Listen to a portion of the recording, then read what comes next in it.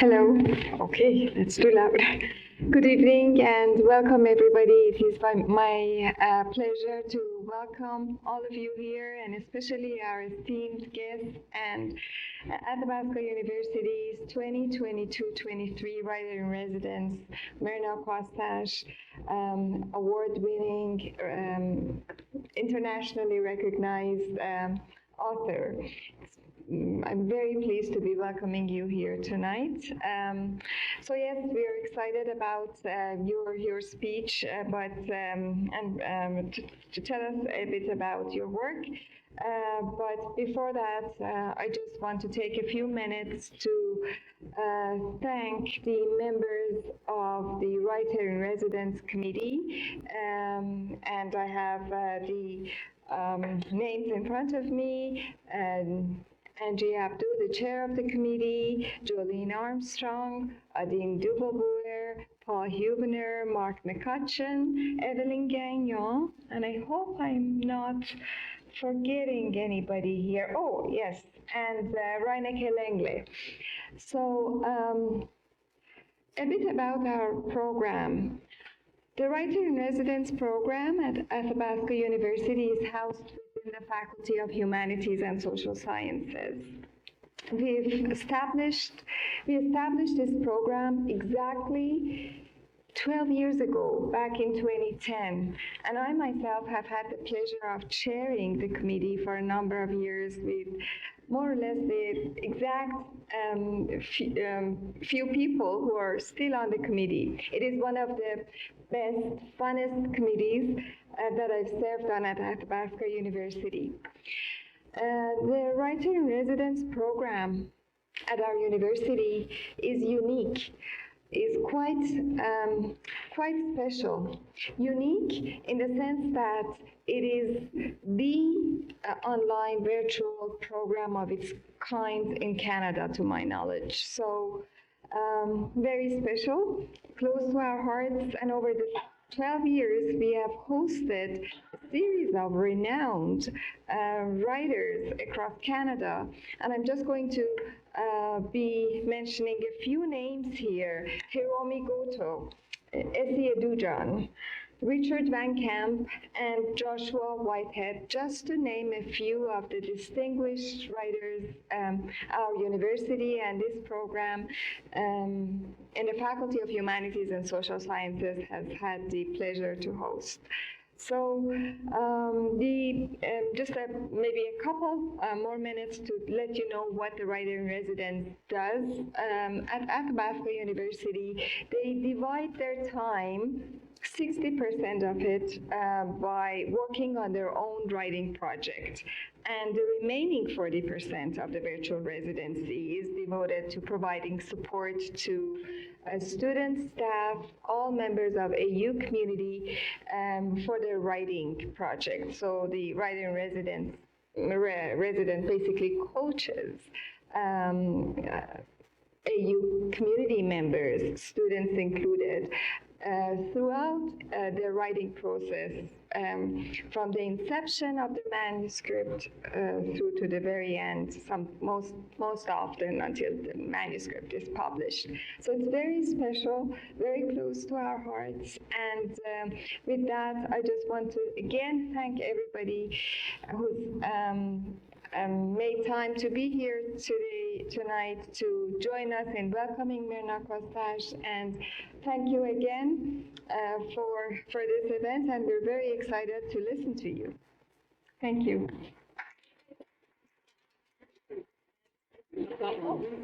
Sorry. You're next. Sorry. We still have, that's okay. I'm gonna get out of here. You can stay there. Thank you very much to Dean Manajay Manani. So Manajay's heart is very much in literary studies, so she's always been very supportive of this program, which we appreciate a great deal. With the arts under attack from many corners, it's nice to have the Dean in your corner, so thank you, Manajay. Athabasca University, of course, is in Alberta and has roots in Edmonton. With the writer-in-residence program, we always aim to get the best writer in the country that we can get, but it's extra special when we get that writer who is also from not only from Alberta, but from Edmonton. So that makes it nice to have Myrna, who's an internationally accomplished writer who is from Edmonton, which I knew, but I didn't know until just before the event when I was looking you up that not only are you from Edmonton, but you're Edmonton born and raised. It's not just that you live here now. She's left to go to University of Washington and University of Toronto, and her research interests have taken her all over the world. She's produced award-winning writing, journalism, articles, essays, books, but she always comes back to Edmonton. So I pay my taxes here. I've lived here most of my life. wonderful. Her 1978 book, All of Baba's Children, is a multi-generational classic, which has never been out of print, and it's been almost 25 years, if you do the math. So that's quite outstanding to have a book in print for 25 years and read. Myrna was a leading voice in what we now call creative nonfiction. I don't know if you called it when you first started doing that, literary nonfiction. Her newest book, Ghosts in a Photograph, delves into the lives of her grandparents who moved here from present-day Ukraine at the turn of the 20th century. So it looks into issues that interest her of identity and what it means to, what the Ukraine means, what memory means, what it means to know people based on their history. So it's a fascinating book. Books in Canada has called Myrna one of Canada's most intelligent and conscientious writers. Alberta Manguel, no less, has said Myrna Kostash is an extraordinarily gifted writer. And in that, he was talking about a genre that Myrna's credited with inventing called erotica political memoir. That's true. And I taught excerpts from this work in my creative nonfiction course. I taught excerpts from that. It's so fun to teach, just to see them try to get their heads around. She's doing what? It's very fun. The Globe and Mail has called Myrna a national treasure. So tonight, Myrna is our treasure, and I'm delighted to have her here. And please welcome Myrna Kostash.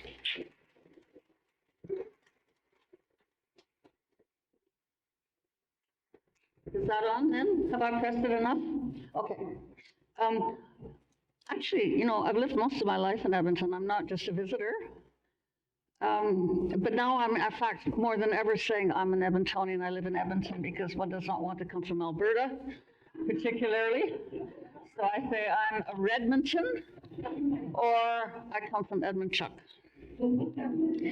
Thank you so much for these introductions, and thank you for coming out this evening. It's lovely to have an audience on a winter's night like this, and very much appreciate the hospitality of the library and the residency. I have been a writer in residence when you actually are in an office somewhere, and people come and knock on your door or leave things over the transom, as they used to say. But this is writer in her own residence. And so you don't know what's going to be coming through in your inbox. So I have to say I was absolutely delighted about 6 weeks ago that somebody came in from a writer in Ottawa. So she's doing a degree or something with you, but she's been working on an essay, a sort of literary essay. And it was just a joy to realize I could work with somebody from Ottawa. She didn't have to come actually to my doorstep. Okay, so when Angie and I were talking about this presentation this evening, I said, well, what would you like me to talk about? I'm a nonfiction writer. I can talk about very many things. And she said, well, actually, we thought about Ukraine. Of course, this is more than timely. And I said, sure, what about Ukraine? And she said, well, from a writer's point of view, because we would like you to speak from your point of craft, if you like, not just as a social scientist or a historian, which I couldn't do very convincingly anyway. So this is what it's going to be. The Ukraine itinerary of a Ukrainian Canadian writer, 1975 to 2013. Two Hills, Ukraine, Ukraine, Ukraine, Constantinople, Ukraine. So, quote, to investigate, reveal, and pass judgment, unquote. The writer, publisher, and critic George Melnick wrote this in appreciation of All of Baba's Children. And this is a fair summary of my procedures as a nonfiction writer of the School of New Journalism, who lived for 3 months in the summer of 1975 in the Frontenac Motel, curious name, in Two Hills, Alberta, which you may know as being in the Ukrainian bloc settlement northeast of Edmonton. And I made the rounds that summer of the community with a Sony cassette tape recorder and notebook. I did interviews with many questions. I read several secondary sources, and I passed judgment on it all. While rereading all of Baba's children 45 years later, I find it brashly confident and overwrought in places where I held forth on the history of Ukraine, of the Ukrainian Orthodox Church, and of the class stratification of Canadian society, whose mainstream I insisted on calling Anglo-Saxon throughout. I had been away from Alberta and the Edmonton Ukrainian Canadian community for 10 years at that point, but I wrote with all the authority of the new journalist, reporting with a great, big, fat attitude. If you know the book, you know what I'm talking about. So, an exploration of Ukrainian Canadian identity in the 1970s. Why Baba's children? As a non-Anglo female nonfiction writer from the prairies, I thought of myself as an outsider to the Canadian mainstream. An assertion I make repeatedly in the book as a kind of heartbeat, bent on understanding the otherness that lay in my roots in Ukrainian settlement in Alberta and its culture, if not values. This was not a particularly introspective project. I rarely referred to my own experience of this ethnic otherness. In fact, I announced myself as a white middle-class Anglophone with a weak attachment to the Ukrainian Canadian community in which I had grown up in Edmonton. But I did identify as a feminist, a new journalist, an alumna of 1960s politics, which is to say the New Left. And so themes that emerged from my interviews in Two Hills, such as the ruling class's exploitation of Ukrainian Canadian workers, the compulsion of Anglicization, rural poverty, especially among women, racism towards Bohunks, these were all grist for my mill as I investigated, revealed, and passed judgment on the story of the first generation of Ukrainian Canadians born in Canada, which is to say my parents' generation. By the time I had finished writing the book, and it was published in 1978, I declared that I felt at home in Two Hills. So much so that I bought a quarter section with a log shack 6 miles north of town. I acquired a co-op membership card, and I had my mail rerouted to general delivery for the summers. I was the second generation born in Canada of Ukrainian forebears and was fully aware of my generation's responsibility to contest the work of the earlier intelligentsia. These were the writers, community activists, teachers, lawyers, and local politicians whom I excoriated as propagandists of the ethnic cliché, the hackneyed version of the Canadian myth of happiness, to quote myself. It was my responsibility, therefore, to call them out on what was manifestly untrue about this, what was unspoken or evaded or belittled. And so I decried the absence of accounts of Ukrainian Canadian unhappiness, rural poverty, male domestic violence, illiteracy, labor abuses, racist stereotyping, a veritable threnody of miserablism. I quote an interviewee. My parents had another girl, but that girl died small. My father was killed by a train crossing a track in Vegreville. Brother Bill died, sick with something, some infection in his foot. Whatever he had, we don't know, but he died. There were no doctors. So these were the darker corners of Ukrainian Canadian identity, to which I added a miserablism of my own. Quote, this mass of poor and thwarted people. I was, however, feeling something more than just rage against the machinery of Anglo-Canadian capitalist assimilation as ruling class dominance. This was my intellect, that was my intellectual swagger, but I had another itinerary in and around Two Hills. I was invited to weddings. I volunteered to sell hot dogs at the rodeo. With my father, I dropped in on an Orthodox priest and his wife for tea.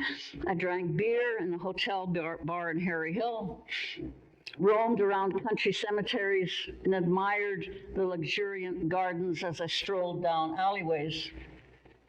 These gardens, actually, these Ukrainian Canadian garden, of course, are very famous and celebrated, so much so that somebody in the town told me that they were hired to go and weed the radishes in an Anglo-Canadian's garden. I went to see Ukrainian dancers in Vegreville and bought an old milk can at a farm auction, and all the time I was listening. Before the halls got built, people had their weddings right on the farms. They'd build a platform to dance, or would dance in the granaries. I played for so many of those weddings, you wouldn't believe. A 5-piece orchestra.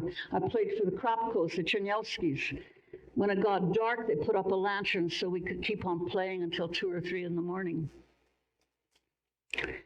Retrospectively, I see now that the Ukrainian Canadian culture I was immersed in was almost exclusively rural, and for all its accommodations to Canadian progress, was redolent of old country nostalgia and Canadian sentimentality. What has been called a little bit of this, a little bit of that.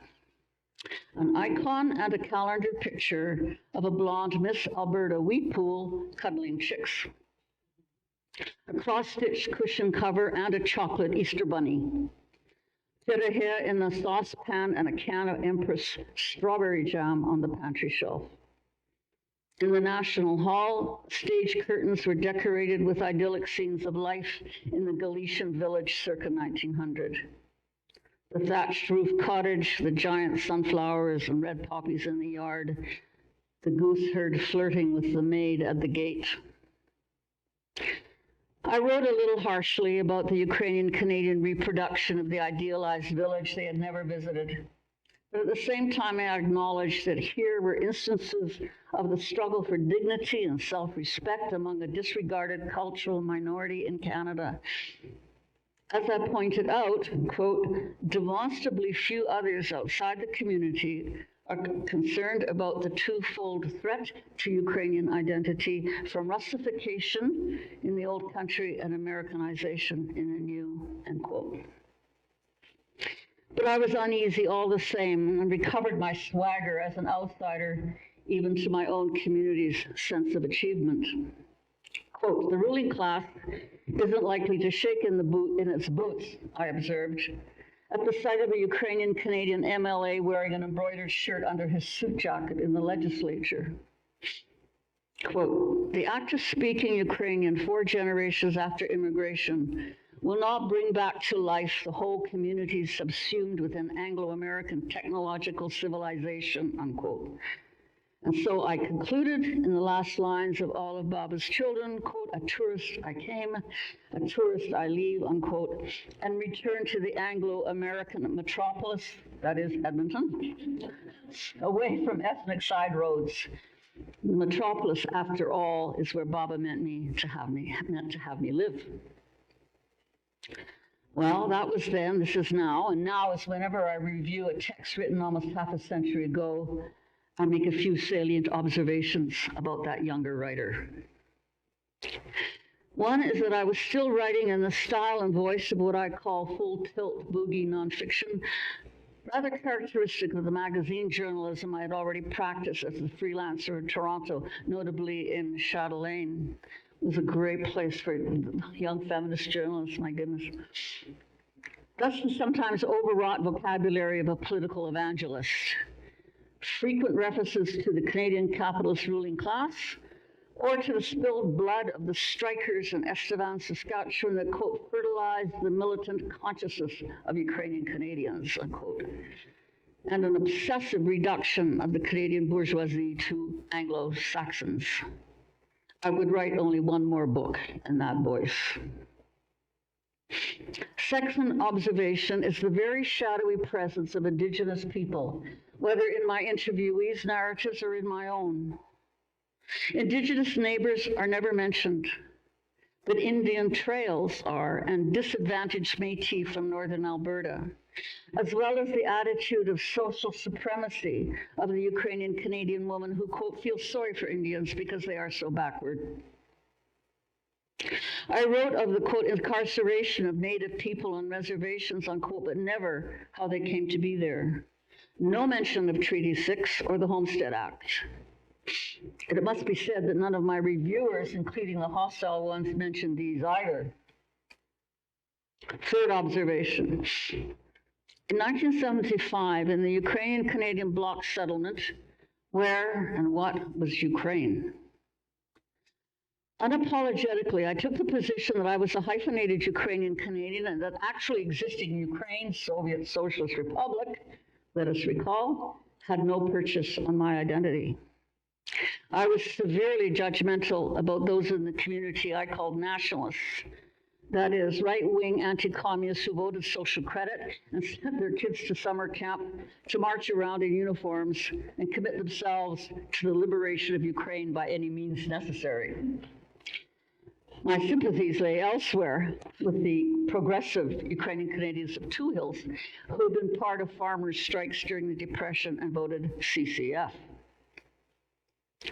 However, in rereading all of Baba's children, I now take note of how often events recounted and arguments substantiated, and my reaction to them are a kind of stand-in for Ukraine, both as old country lost in the mists of nostalgia and as a geopolitical entity or reality that one was either for or against.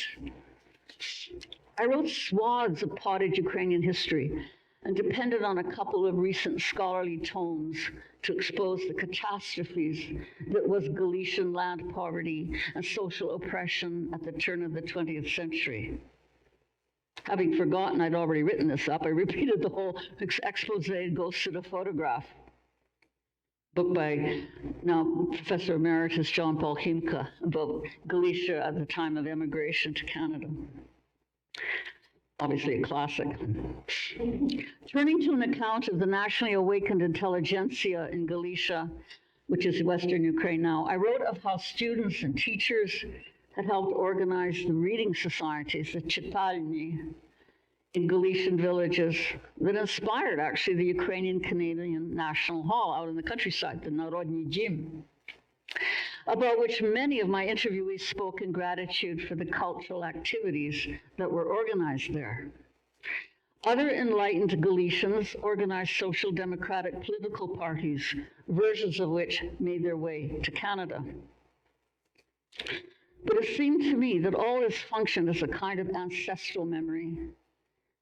It wasn't until the new Canadian-educated intelligentsia emerged in my parents' generation, as teachers, newspaper editors, doctors, lawyers, left-wing as well as right-wing, that actual existing Soviet Ukraine, the contested homeland, the motherland, came into view of the community in Canada.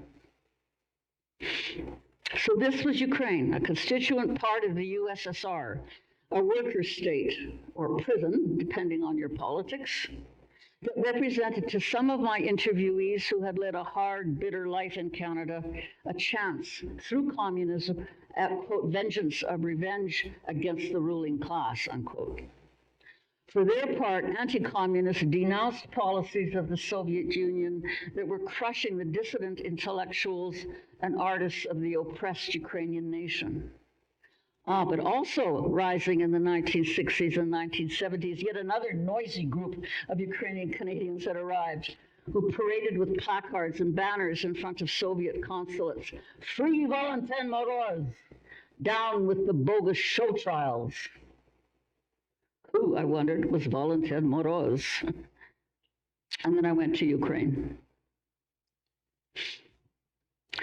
Having read all of Baba's children, my readers would often ask, so when are you going back to Ukraine? This is a common locution, by the way, they're going back to a place you've never been in the first place. I had no intention of going. I was a deeply rooted Canadian, caught up in the discovery of a community of like-minded Ukrainian Edmontonians. But in 1984, I did go, and again in 1988. And the partial fruit of those two trips was my 1993 book, Bloodlines, A Journey into Eastern Europe. In fact, Ukraine was a side trip to the main itinerary, Eastern Europe. Several trips I made from mid to late 1980s through Yugoslavia, Czechoslovakia, and Poland, before the fall of the Berlin Wall in 1989 and the complete reordering of the geopolitical map. Inspired by the work I had done for my second book, This was the one still in that judgmental voice. Long way from home, the story of the 60s generation in Canada. I turned my attention to the generation of 1968 in places like Warsaw, Prague, Belgrade, Zagreb, sites of youthful rebellious contestation against the oppressive apparatus of authoritarian regimes. There had been no 1968 in Ukraine. But as I was to learn, there had been the 60s people, Shishnisyatniki, some of whom I would meet in Kyiv and Lviv. But first, Ukraine was the village, Selo. In 1984, when Western visitors were still prohibited from visiting relatives in villages in Western Ukraine, that village was Judio, birthplace of my maternal grandparents.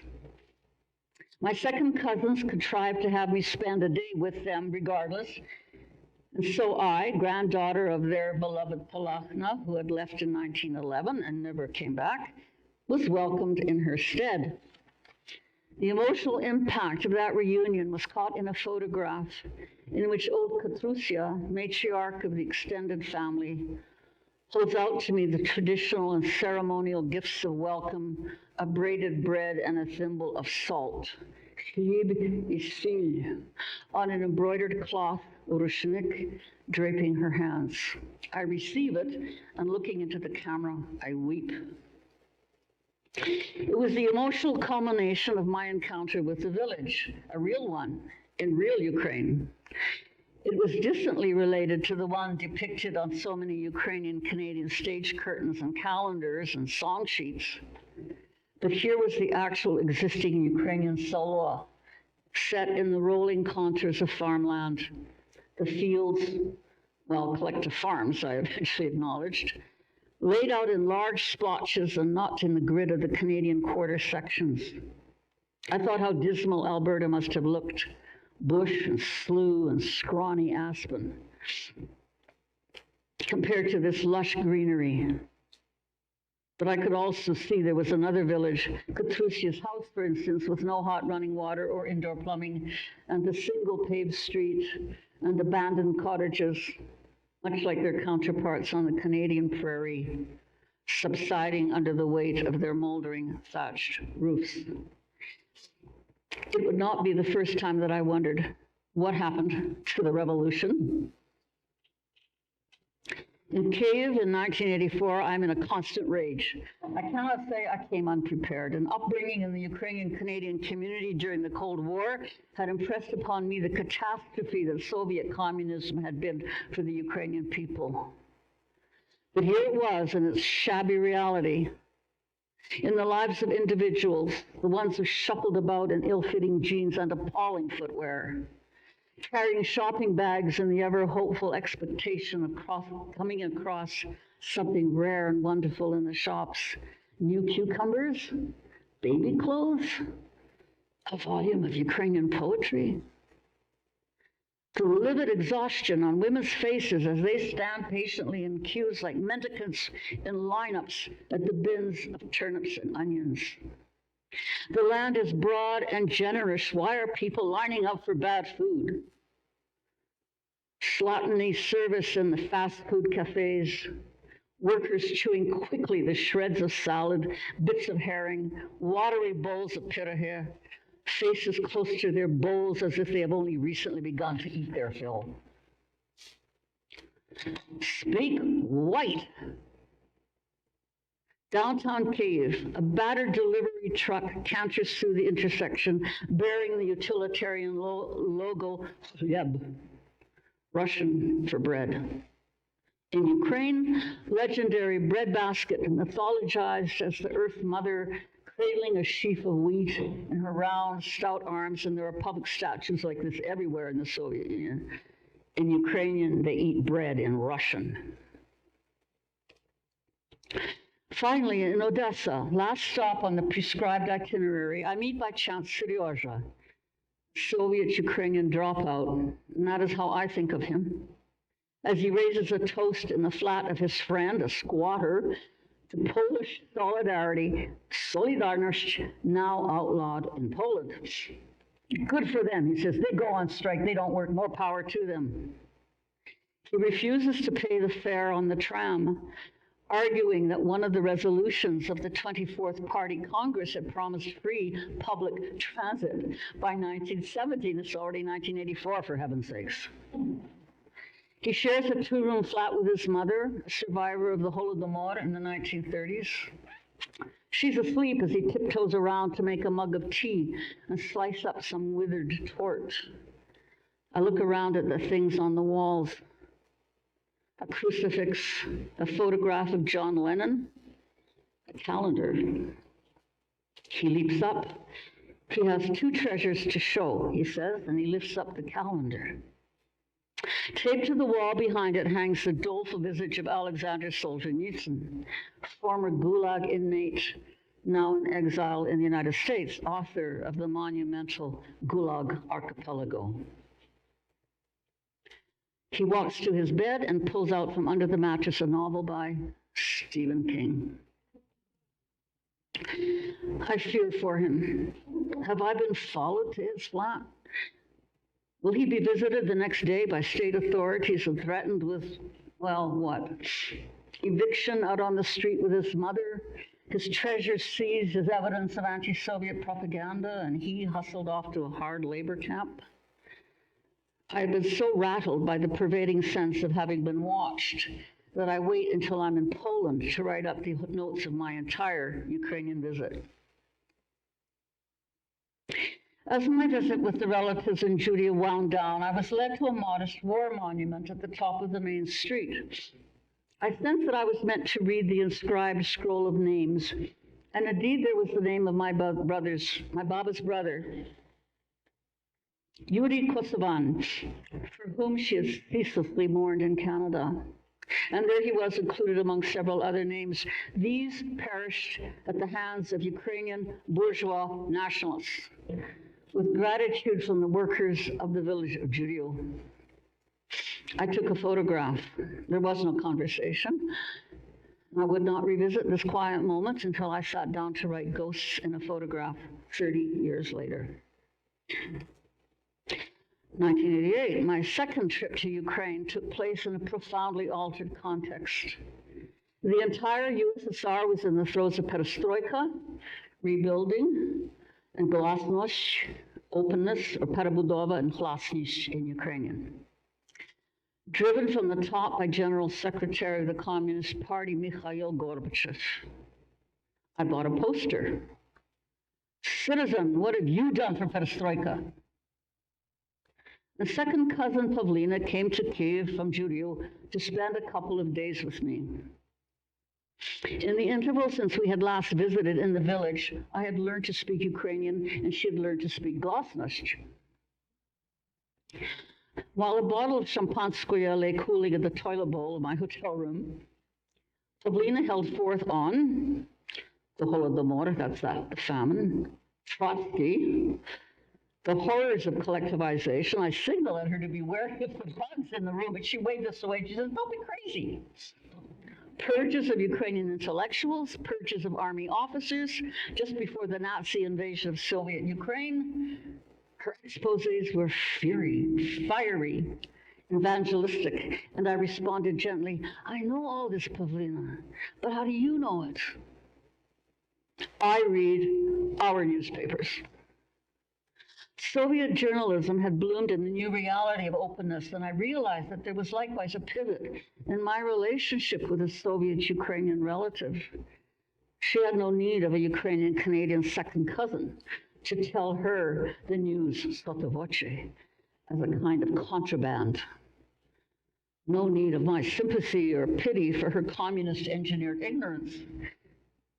With every page of a newspaper or magazine, she was growing smarter.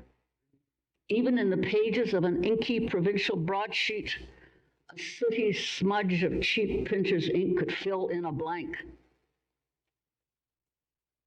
1988, Kyiv.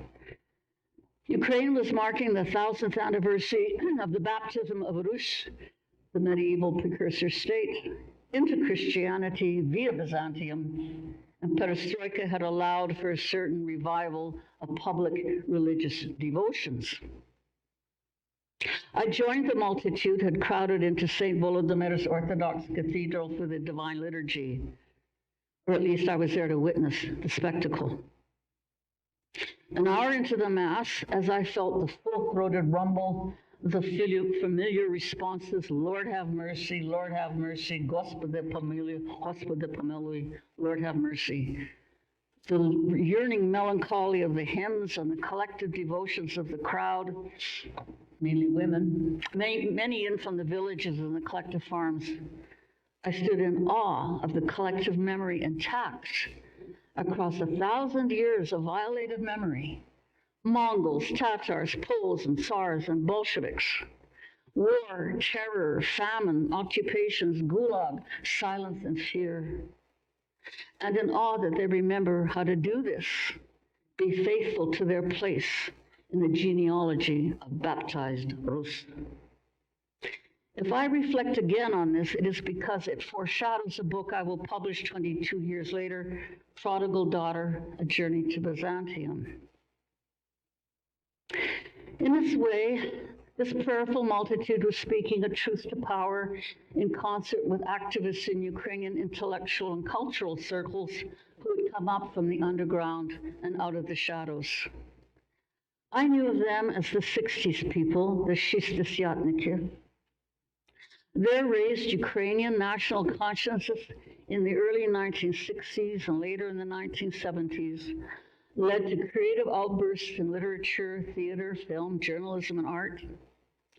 And when they had all been brutally quashed by show trials in prison, they engaged in human rights protests and clandestine cultural production. In 1988, I was taken around to the earlier sites of their activism, a cinema, an auditorium, a park monument, and to an interview with Helena Severuk, a ceramic artist long expelled from the Union of Artists of Ukraine for protesting the mass arrests of writers and artists, and from her to a string of stories about the murdered artist Alla Horska. She had designed a nationalist stained glass window of Taras Shevchenko, the national poet, and to the fate of the dissident poet Vasyl Sus, dead in the Gulag in 1985, repeatedly rearrested for activism and human rights groups. And in 1997, I published a memoir, The Doomed Bridegroom, in which his story comprises a chapter. As heroic and exciting as were the stories I had been learning from underground activists in Eastern Europe, nothing had prepared me for the dogged resistance unto death of the Ukrainian artisan intellectuals of the 1960s and 1970s, returning again and again to the scenes of their crimes, whether to shout in a cinema or circulating samizdat, that's self-publication, samizdat in Ukrainian, or standing sentinel outside a courtroom, or reciting a banned poem at the lip of a friend's grave. For a Ukrainian Canadian, Ukraine is not a country like other countries. Everything about it is loaded, freighted with meaning. Kyiv is not just a capital city, it's the motherlode of Rus. The Dnipro is not just a major water artery bifurcating Ukraine, it is fertilizing waters of Cossack settlement and fortification. Folk songs at weddings and Soviet Ukrainian restaurants are subversive manifestations of the unquenchable spirit of the narod, the people. The verdant rolling countryside of my grandparents' home villages is a boneyard of the victims of peasant wars, occupations, genocidal famines, pogroms. For the visiting Ukrainian Canadian such as myself, I'm reminded at every turn that Ukraine is not merely interesting. Its entire environment is a disclosure of the subversive meaning of Ukrainian history. Well, growing up in Edmonton, this had often made me squirm. The Ukrainian language was not just a form of speech, but the genetic memory of an imperiled nation. And who was I to study French and Russian instead? But now in 1988, this had become clear. I could draw a line between the exploited, defiant masses of Ukrainian Canadians I stood in solidarity with, which is how I came to understand what my project had been in all of Baba's children, draw a line from them to the poets of Ukraine through whom Ukraine had managed to remember itself. There was still a village to visit, that of my paternal grandparents. And this being perestroika, I was offered a car and chauffeur by the Union of Ukrainian Writers to make the trip to Tulava. My visit unfolded sweetly as once again I make the rounds of a circle of relations of whose existence I've been quite unaware, but who carry the oral memory of Anna and Fedor Kostashchuk. The Chuk got dropped in Canada, who left Tulava in 1900. Their arrival onto their homestead in Alberta is the foundational story of their descendants in Canada, and I had remained ignorant of the stories of the Kostashchuks, who never left Galicia, including the one buried in the village cemetery. So yet another encounter with a family name inscribed on granite, in this case, Vasil Kostashchuk, writer, 1896 to 1973. Writer, utterly unknown to us Kostashes, we of the B.Ed., M.Ed., B.A., M.A., M.Sc. in Canada. Yet, back in Kiev, I will be presented a well-thumbed copy of Kostashchuk's book and an account of its considerable value to a young poet, a Shishtasyatnik of Galicia. Finally, an account of the last time I was in Ukraine in 2013 is folded into my new book, Ghost in a Photograph, where it informs chapters about relatives on both sides of my family whose life stories in Ukraine were at best vaguely accounted for, or at worst were simply unknown. They elicited in me the question, who? That set me on a spree of what I call sleuthing.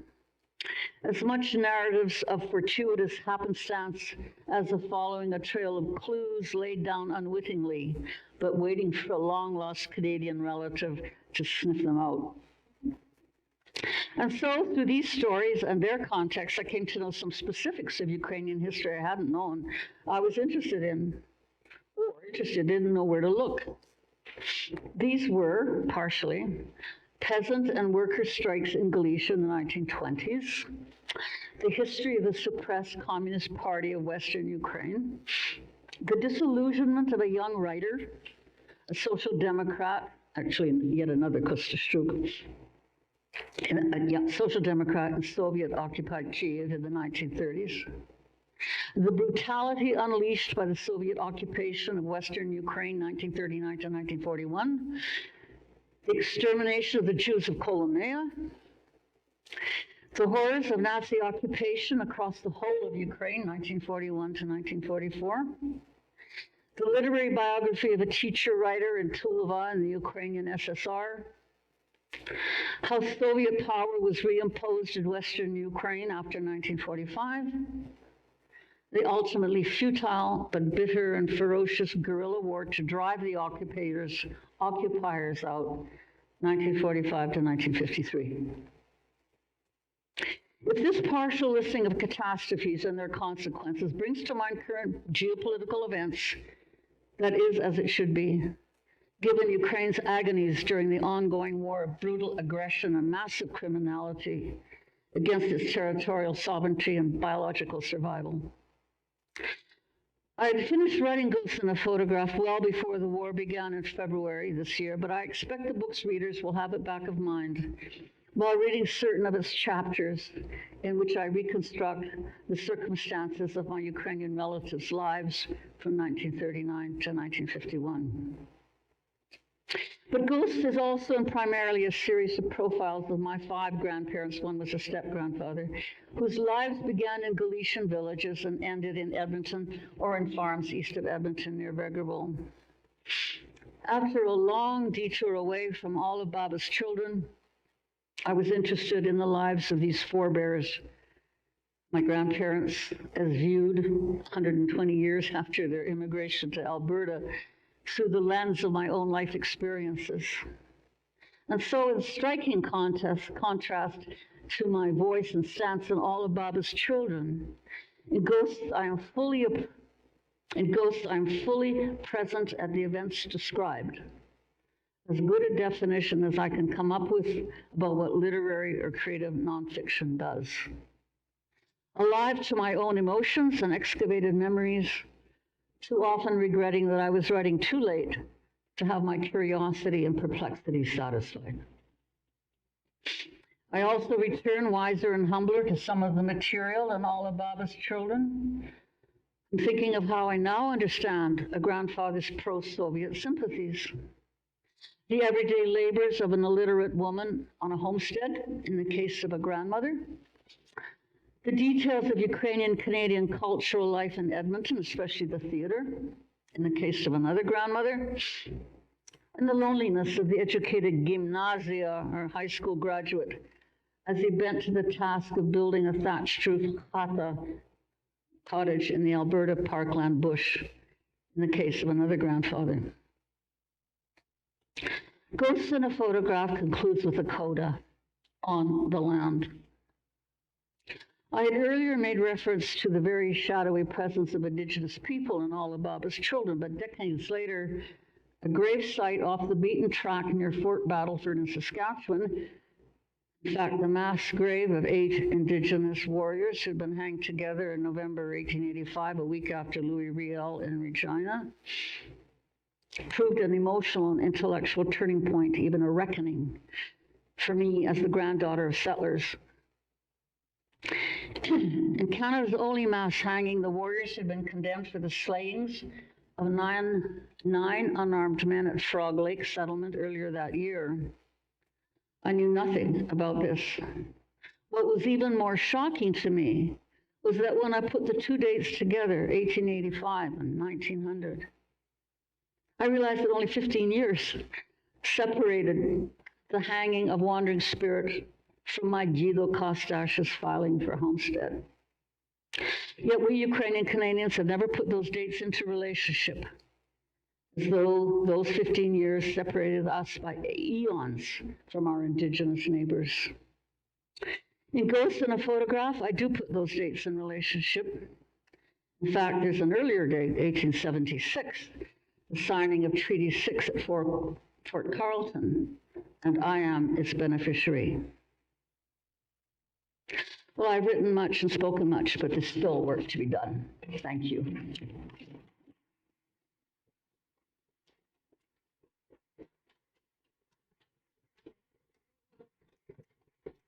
Hello. So we're going to have questions. I just want to let the people online know that they can type their questions into the chat, and then I will read them aloud. And if you have questions, you can say them out, and then I'll read them into the mic so that the people online can hear. But first, I want to say that if anyone saw me counting on my fingers during the talk, that was me realizing that 1978 was almost 45 years ago, not 25. Exactly 48. Yes. Thank you very much. I've been struggling with time lately. I don't know what's going on in my brain, but so almost 50 years. That's Almost 50 years, half a to come up century to. since all of Baba's children. People are still reading it. Yeah, it's amazing. Nuts. And then the other thing, over dinner, I said, what is that phrase that you use, Myrna, when you're talking about very confident creative nonfiction and coming in with all guns blazing? And we couldn't remember it, but then you said it right away. It's a big fat attitude. Oh, that's what I said. Yeah, Great big fat attitude. And the other thing I want to say before I turn it over to questions is such a big thank you to St. Albert Library. We had one of these events here. So because we have these wonderful writers come and they're giving these world-class talks with such introspection and thought, we want to make it open to public audience. And so we did partner with St. Albert Library just before COVID with Katrina Vermette, and we had a talk here that was Athabasca and St. Albert Library hosted, and it was such a big success, but then everyone knows how the world went after that. So this is our second, and we approached Peter, and he was very keen, and he passed it off to Michelle, who did so much work. So I really want to thank Michelle. She did everything from everything, including getting the books from Audrey. Thank you. So she's got the books, Michelle has the books, and you can buy them and have Myrna sign one for you after the event. But first, let's have questions. So did you already point to someone who had a question? I have a question. You said you were talking at dinner about how people with nonfiction writers, they often want you to talk about the subject, but not about the craft so much. And so I wanted to hear a little bit in terms of craft of what is the change in the writing from that young person with the big fat attitude, and then you described the wiser, more humble writer that comes back to the material. How is that reflected in the craft and the writing? The one who's present at the events described. Well, it's actually the transition or difference between what I call new journalism and literary nonfiction. And, nonfiction is on a spectrum. And so you have, I can't believe I'm doing this. It's like a workshop. Okay. Over on this end is, the newspaper report. Right? And as that factuality moves along, it becomes more like the new journalism, which was an event, like a development in journalism in the 60s. Famously in places like Rolling Stone and Esquire magazine, American magazines particularly, but eventually made its way up to Saturday Night magazine in Canada, which is where I was first published as a writer with my big fat attitude, right? So the new journalism was the journalism that admitted and acknowledged that a writer has a point of view. There's no such thing as neutrality. If there is, you should be suspicious because there's a hidden agenda there somewhere.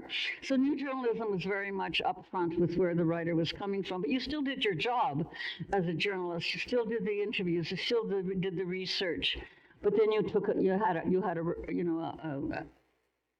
a point of view on this, which is how I wrote then All of Baba's Children. Right? I had a great big fat attitude about what I was hearing and learning and studying and so on.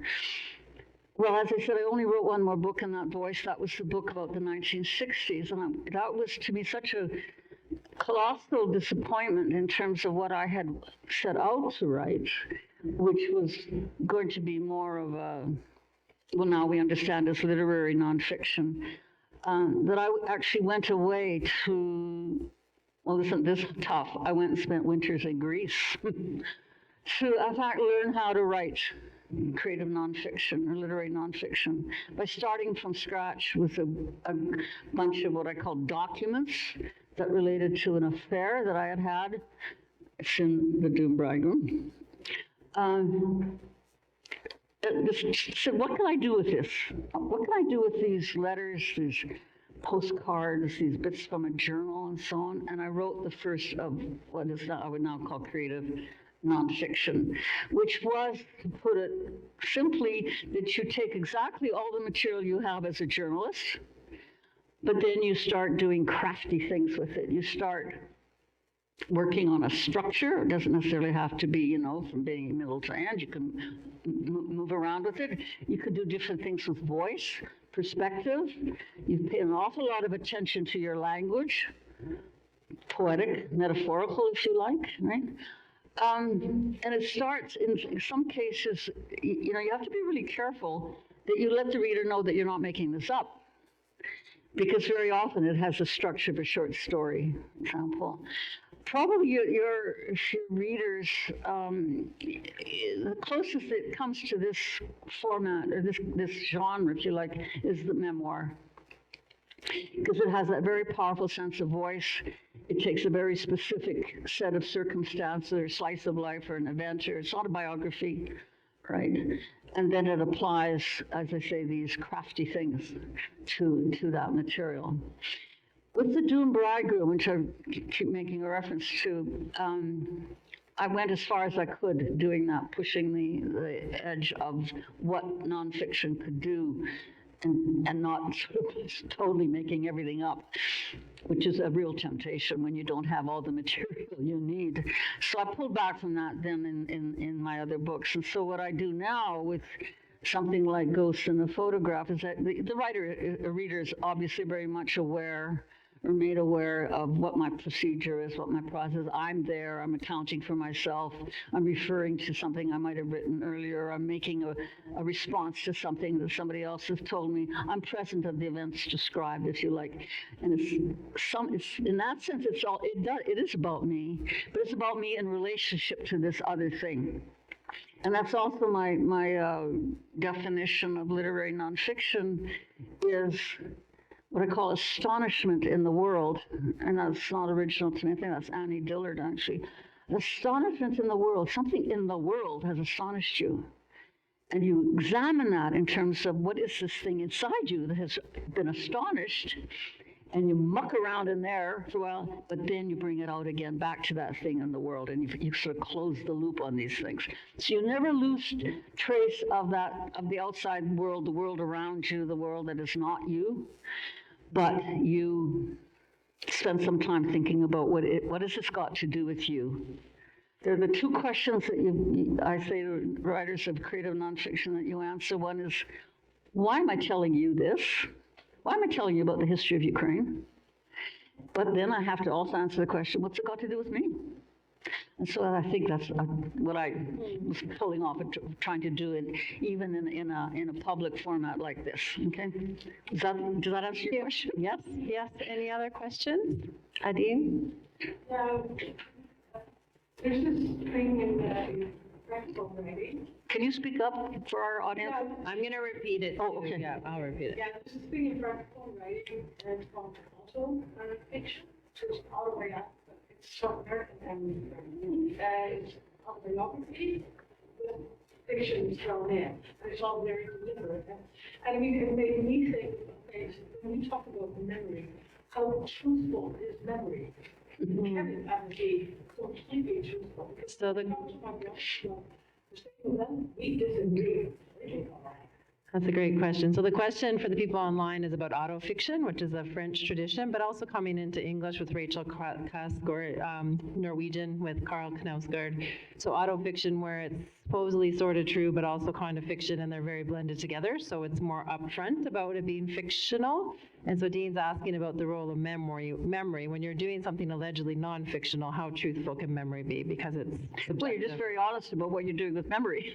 You're saying, well, this much I remember, this much I don't, or I went here to find out something more, and this is what they told me, or I'm flummoxed, and now I have to make things up. So when I say make things up, I don't mean fictionalizing. I mean finding out, doing the research, doing your work to create the context for this mystery, what the answer that you don't tell me. And I'll give you a specific instance in Ghosts in a Photograph of a photograph that fell out of an album that my mother had, and after her death, I had it. I became the repository in the family of anything to do with Ukraine or the family, Myrna. Myrna's the archivist. And so this photograph fell out.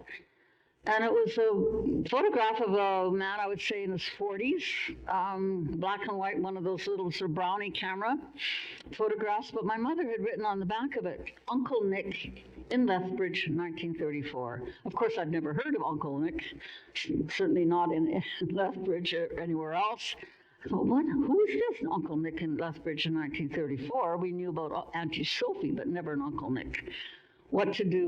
None of my cousins or sister knew either. I said, second cousin, Petro, Kosovan, same side of the family. I'll scan it and send it off to Ukraine.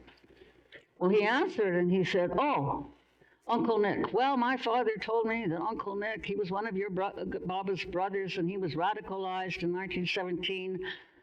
It was not in Russia, he was in Galicia. But anyway, radicalized in 1917, went to a lot of meetings, went to Canada to visit his sisters in Lethbridge, got involved in activities, was arrested and deported. That's all I know.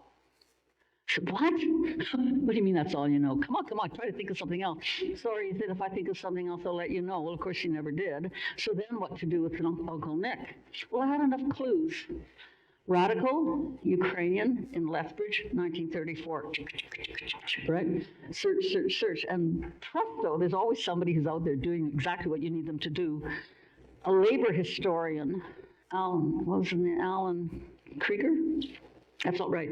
You don't know. Anyways, he had written a research piece in the Canadian journal called Labour Le Travail about working class radicalism in Lethbridge in the beet fields 1930s. I said, that's what Uncle Nick was doing. He ended up in Lethbridge in time to organize, be part of the Industrial Beet Workers Alliance in Lethbridge. And indeed, the Beet Workers Alliance were not the people who owned the beet farms. Those are the beet farm owners. These were the migrant workers, many of them obviously just recent immigrants as well, who did the worst, sort of grunt work in the beet fields. Some of it was already mechanized. See, this is Alan Seeger, that's the name.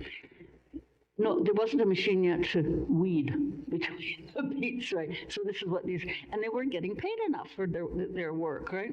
So they were organized by local communists, and they went on strike, and a bunch of them got deported, and so I think that's what happened. Uncle Nick got arrested and deported. I suppose I could have tried to find the documents for this, but instead I remembered that I had a journal that I kept, like travel notes, from that visit in 1984 to the village where his family came, where he came from actually. And in my notes, I had written, or that Pavlina had written for me, here's who you met on this visit. So, and this is the job they had, and this is who they were related to. And there was Marika, or Nick's widow. I said, oh my God, I met her. I didn't even know who it was at the time. What am I going to do? So I kept reading on, and then I had added notes in my own handwriting. I'd completely forgotten this. Uncle Nick hanged himself. I said, so, Petro Kosovan in your email, Petro. What is this? Uncle Nick hanged himself. Know nothing about it. So what are you going to do? So the story remains that, a little bit of this, a little bit of that, something I could fill in.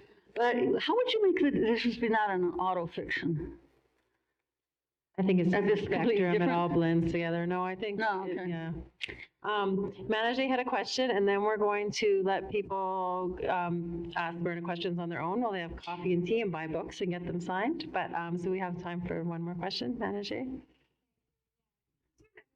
Who are all Canadian and non-Canadian writers you've been inspired by? Very well. I'm going to repeat that for the people online. Manajay is asking who Myrna has been inspired by, writers, contemporary, non-contemporary, Canadian, or out of Canadian. What writers inspire you? Well, this came up at dinner, actually, because I was remembering when I subscribed to a British creative writing journal called Granta, also was published in New York. And there I actually became aware of and familiar with the writing of non-North American nonfiction writers. And the one who had the most immediate impact on me and it affected the form of my nonfiction ever since was Eduardo Galeano, the late Eduardo Galeano, who was a writer in Uruguay, a few years older than me, but very much part of that generation of journalists who was on the side of the revolution against whoever it was at the time, well, you can guess, in Uruguay. But he wrote a particularly creative, inventive form of reportage that allowed for all these things that I realized you could use as a nonfiction writer. Overheard conversations, your own dreams, a newspaper headline, lyrics from a song, as well, of course, the solid work that you do if you're going to be documenting the depredations of, American sugar or whatever oil barons or something in Latin America, South America. So that was very, very important, and he was translated, and a lot of his stuff got translated to English. But the second one was Ryszard Kapuscinski, obviously a Polish writer who again had a very interesting trajectory through nonfiction as a reporter and journalist in communist Poland, but he was sent abroad to write for the Polish newspapers as their international correspondent. At one point he was reporting from the entire Africa, for example. Well, he started to do some really interesting things with those original texts that had been published in Polityka. And then when Solidarity was organized, he goes back to Poland to be part of that movement. And then when that was suppressed, he lost his job, of course. He was never able to regain his job as a journalist in the Polish media. So he set about writing these books he went back to his journals, that sort of first draft, if you like, the first draft of creative nonfiction is what he had reported, right? And then he looked at it again and said, I think I can do something with this. I can put myself in there, for example. I can speculate about things. I can do a what if or whatever, if you don't know whether you know his work. But he did that with the work he'd done as a reporter in Iran, Angola, and actually back to Russia in a fantastic book that was translated as Imperium, where a former Polish communist, I think he was born in the late 1930s, visits post-Soviet Russia and has another look at that place, right? Those are two that I can think of. But Joan Didion is, these were all, before I was starting to read my own Canadian writers, right? But I was sort of part of a generation that started writing that stuff. And we just most recently lost my dear friend Myrna Kostash, whose work I greatly admired in this vein. She was more literate. She was much more scrupulous about not making things up. In that case, she was a little more disciplined, shall we say, as a nonfiction writer. But also, we lost Brian Fawcett, who was just a protean imagination. What he could do with stories of growing up in Prince George, notably in a book called. Cambodia, something Cambodia for people who find television too slow. And what he did there is he ran, this is real creative nonfiction, along the top 2/3 of the pages, it was a series of kind of short stories or like anecdotes about life and growing up in Prince George. He revisited that several times as a writer. But underneath, in the bottom third, he told us stories about what was going on in Cambodia under Khmer Rouge. And the image that so vividly reminds me from that period is that the Khmer Rouge, who were this Maoist, I suppose they were, guerrilla band who ran Cambodia as a prison camp, basically. Went through the cities, because the cities, of course, are the flesh pots of capitalism and decadence, right? Putting white paint over all the signs, right? This is what I remember anyway. It's like the road signs, the street signs, the location signs or something. This literal sort of whitewashing or erasure. Anyway, so that was Brian. Brian was working with nonfiction materials in that kind of formal way. You see what you can do on the page when you're working with this kind of material as well. Sounds like the more creative someone gets with the historical material, the more interesting you find. Oh, yeah. So I thought I have an answer now to your autofiction question. Okay. Yeah, well, but you guys all saw how long it took me to do the math on 1978, so you're not surprised. But autofiction is more inward looking and it's contemporary. Like if you think of Rachel Cusk or Carl Knausgaard or Deborah Levy's living autobiography, they're writing something very close to their life right then as they live it. So it's almost like reading the diary of someone, but who's really smart and interesting and thinking about. So I understand. I refuse to go down that rabbit hole. Actually. Yeah, you do. Yeah, you don't go down that rabbit hole. With that genre, here's a question. Is it interested in the question? Why am I telling you this? Yeah, it is. It is. Yeah. Okay. So okay. Anyway, we could go. Eddie. No, it's not? Did you say no, it's not, Anne? Oh, Anne has a different opinion, and we might have to carry this out of Anne is the one who introduced me to Rachel Cusk years ago. We will talk later. There's so much to talk about because your talk has been so stimulating. So thank you very much, Myrna. Thank you very much to Myrna Manani and the Faculty of Humanities and Social Science at University of Athabasca. Thanks to Dean and the rest of the Writer in Residence Committee. And thanks very, very much to St. Albert Library for hosting and to Michelle for all the hard work she did. And thanks most of all to Myrna. Thank you very much. Thank you very much. Oh, and thanks all of you for coming. Слава Україні!